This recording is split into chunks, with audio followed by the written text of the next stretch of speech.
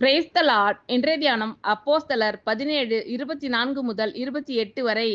உலகத்தையும் அதிலுள்ள யாவற்றையும் உண்டாக்கின தேவனானவர் வானத்திற்கும் பூமிக்கும் ஆண்டவராய் இருக்கிறபடியால் கைகளினால் கட்டப்பட்ட கோவில்களில் அவர் வாசம் பண்ணுகிறதில்லை.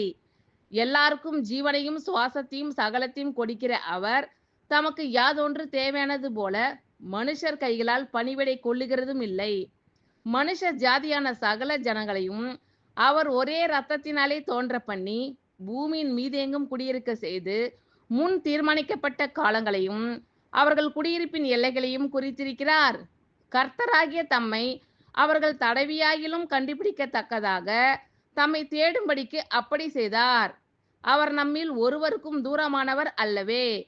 ஏனெனில் அவருக்குள் நாம் பிழைக்கிறோம், அசைகிறோம், இருக்கிறோம். அப்படியே உங்கள் புலவர்களிலும் சிலர் நாம் அவருடைய சந்ததியார் என்று சொல்லி இருக்கிறார்கள். உலகத்தையும் அதிலுள்ள யாவற்றையும் உண்டாக்கின தேவனானவர் வானத்திற்கும் பூமிக்கும் ஆண்டவராய் இருக்கிறபடியால் கைகளினால் கட்டப்பட்ட கோவில்களில் அவர் வாசம் பண்ணுகிறதில்லை. எல்லாருக்கும் ஜீவனையும் சுவாசத்தையும் சகலத்தையும் கொடுக்கிற அவர் தமக்கு யாதொன்று தேவையானது போல மனுஷர் கைகளால் பணிவிடை கொள்ளுகிறதும் இல்லை.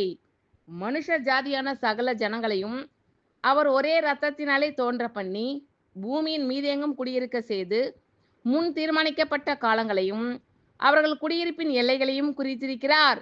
கர்த்தராகிய தம்மை அவர்கள் தடவியாகிலும் கண்டுபிடிக்கத்தக்கதாக தம்மை தேடும்படிக்கு அப்படி செய்தார். அவர் நம்மில் ஒருவருக்கும் தூரமானவர் அல்லவே. ஏனெனில் அவருக்குள் நாம் பிழைக்கிறோம், அசைகிறோம், இருக்கிறோம். அப்படியே உங்கள் புலவர்களிலும் சிலர் நாம் அவருடைய சந்ததியார் என்று சொல்லி இருக்கிறார்கள். ஆமீன். Thank you Lord. கர்த்தர் உங்கள் அனைவரையும் ஆசீர்வதிப்பாராக. God bless you all.